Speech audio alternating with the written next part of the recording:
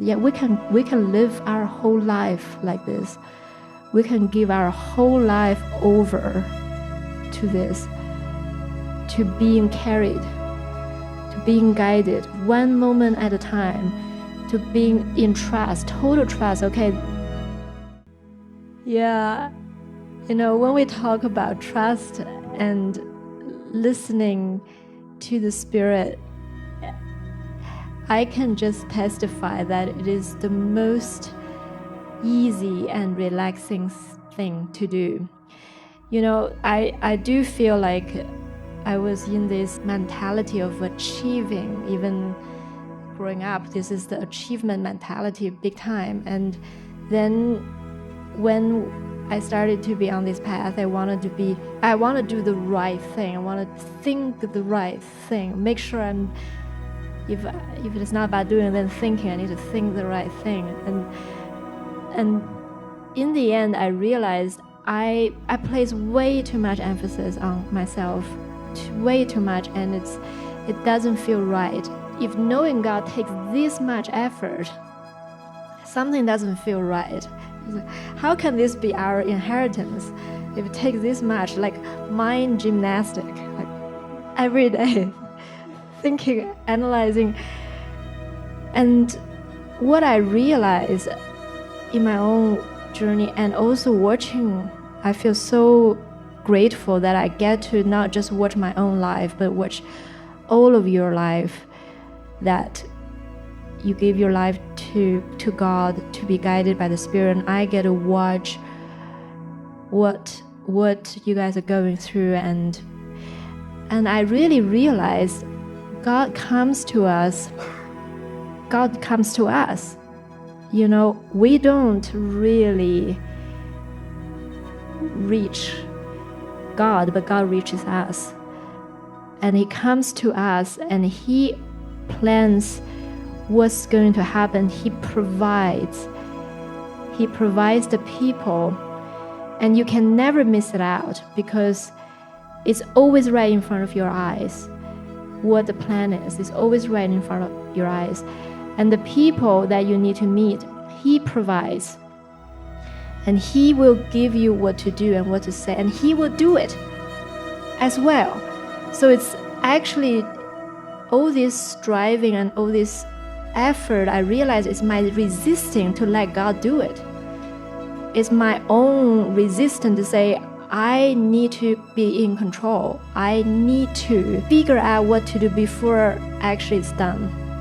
But really, if we really let ourselves be in that trust, it's actually the minimum effort.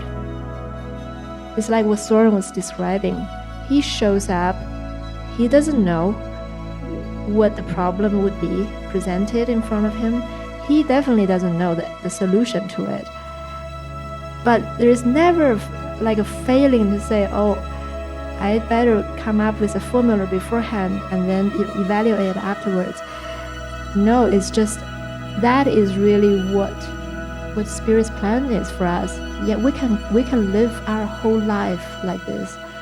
We can give our whole life over to this, to being carried, to being guided, one moment at a time, to being in trust, total trust. Okay, this person shows up because I have something to listen to and to give.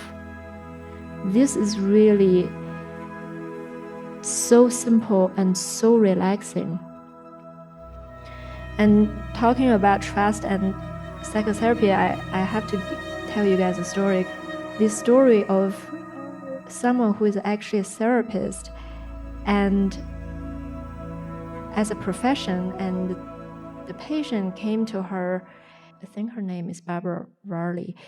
When the woman came to her to talk about her job, quitting her job as a computer programmer or something, and when she was listening and she prayed and she said, I give this session to you, let me be helpful and whatever you guide me to do. And then she heard the Holy Spirit say, teach her to do a yoga headstand. And she thought, what? I'm not sure I'm hearing you right, but if it is not you, then let this thought leave my mind. But if it is you, then bring it back to me. So then after she continued listening a little bit and this thought came back, teach her yoga headstand.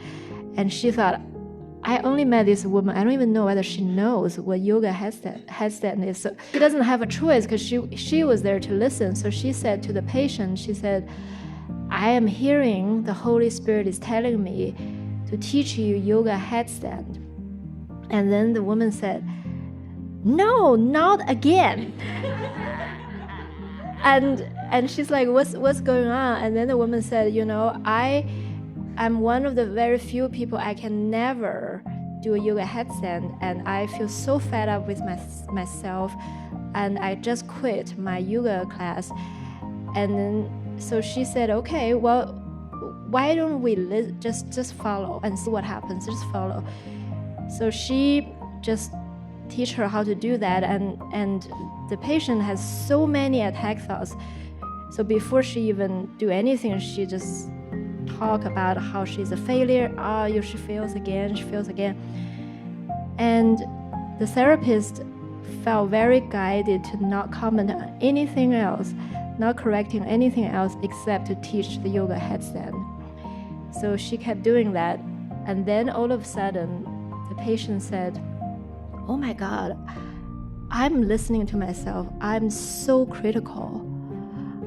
No wonder I can't do yoga headstand. No wonder I can't do anything because I keep attacking myself all the time.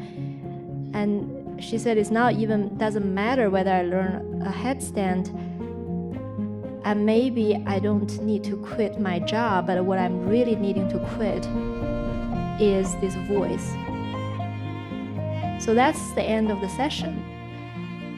But this is the essence of the listen and follow and trust, that she was using that example to say, because Spirit really knows so intimately what is most helpful. The Spirit wants to shower everybody with gifts, absolutely. But Spirit knows what is the most helpful form. And then when we come together, that's a total trust, just relying on the Spirit, relying on Him on everything, what to say, what to think, what to deliver. So that feels so inspiring.